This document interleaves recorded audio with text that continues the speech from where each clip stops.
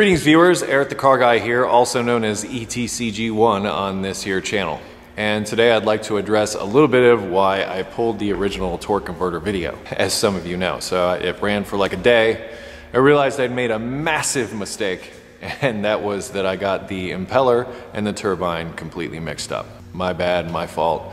Also, there was some information that was not in the original video that I wanted to put in the video, and I had waited to make this torque converter video for some time, and to me it would be a real loss to have to go back, just have to answer for that video, because I hate having to do that. But all my fault. I mean, I really should have checked my facts before I went and just dove in.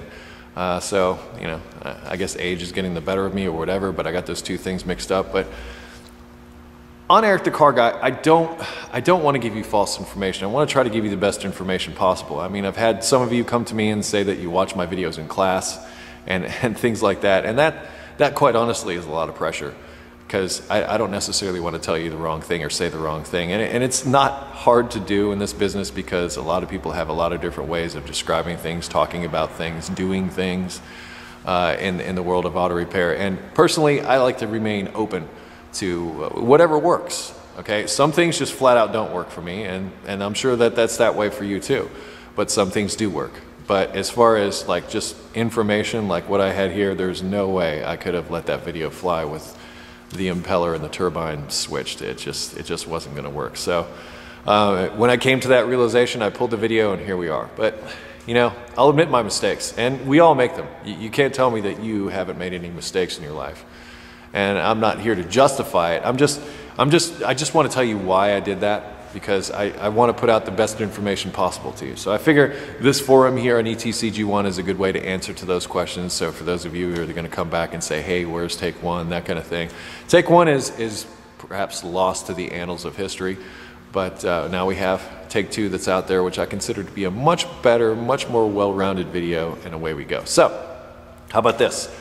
Have you ever made a mistake? And if so, how did that work out for you? Are you an educator? Are you an educator, and have you made a mistake and had to go back and change things? I'd love to hear from you and how you've dealt with those situations to try to, you know, sort of reel back in the misinformation and set everything right. But I didn't want this video to be too long, but I did want to answer to some of those questions that may inevitably come up about the torque converter video. But I hope the automatic transmission series is allowing some insight here, because automatic transmissions really intimidate a lot of people, and I'm not surprised. But because they are very complicated, you know, multi-part, many-faceted components on the vehicle, and not only do you have all the mechanical components, but you also throw in the electronics on top of that.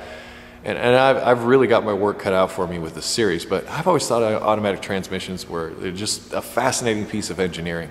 And though I haven't rebuilt too many of them or done too much work with them, I still really enjoy the pieces, parts, and how those things are put together, and how those things interplay with one another. And torque converters, well, that's one of those things. I'm going to wrap this up.